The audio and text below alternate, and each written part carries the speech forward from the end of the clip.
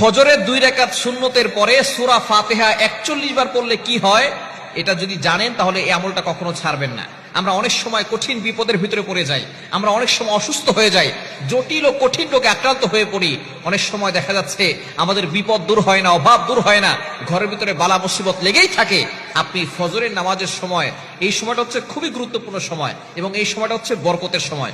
নবীজি সাল্লাল্লাহু আলাইহি সাল্লাম এই সময়ের জন্য বরকতের দোয়া করেছেন। বুখারী শরীফের, সহিহ বুখারীর হাদিস, নবীজি সাল্লাল্লাহু আলাইহি সাল্লাম এই সময়ের জন্য দোয়া করেছেন, আল্লাহুম্মা বারিক লি উম্মতি ফি বুকুরিহা, আয় আল্লাহ আমার উম্মতের সকালটা তুমি বরকতময় করে দাও।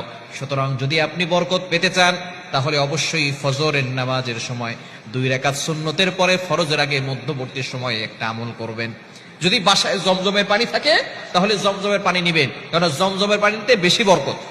নবীজি সাল্লাল্লাহু আলাইহি সাল্লাম জানিয়ে দিয়েছেন, জমজমের পানি যে ব্যক্তি যেই নিয়ত করে পান করবে, আল্লাহ তাআলা তার সেই নিয়ত পূরণ করবেন।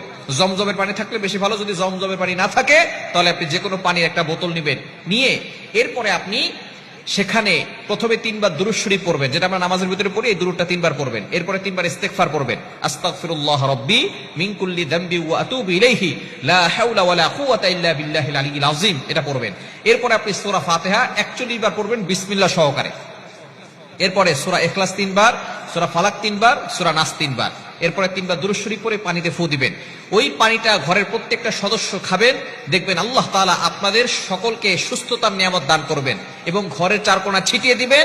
ওই ঘরে অভাব থাকবে না, ওই ঘরে আল্লাহ পাক রব্বুল আলামিন বৃষ্টির মতো বরকত নাজিল করবেন, রহমত নাজিল করবেন, সকল বালা মুসিবত থেকে ওই ঘরের প্রত্যেকটা সদস্যকে হেফাজত করবেন। এজন্য অবশ্যই এই সময়টা হচ্ছে গুরুত্বপূর্ণ সময়।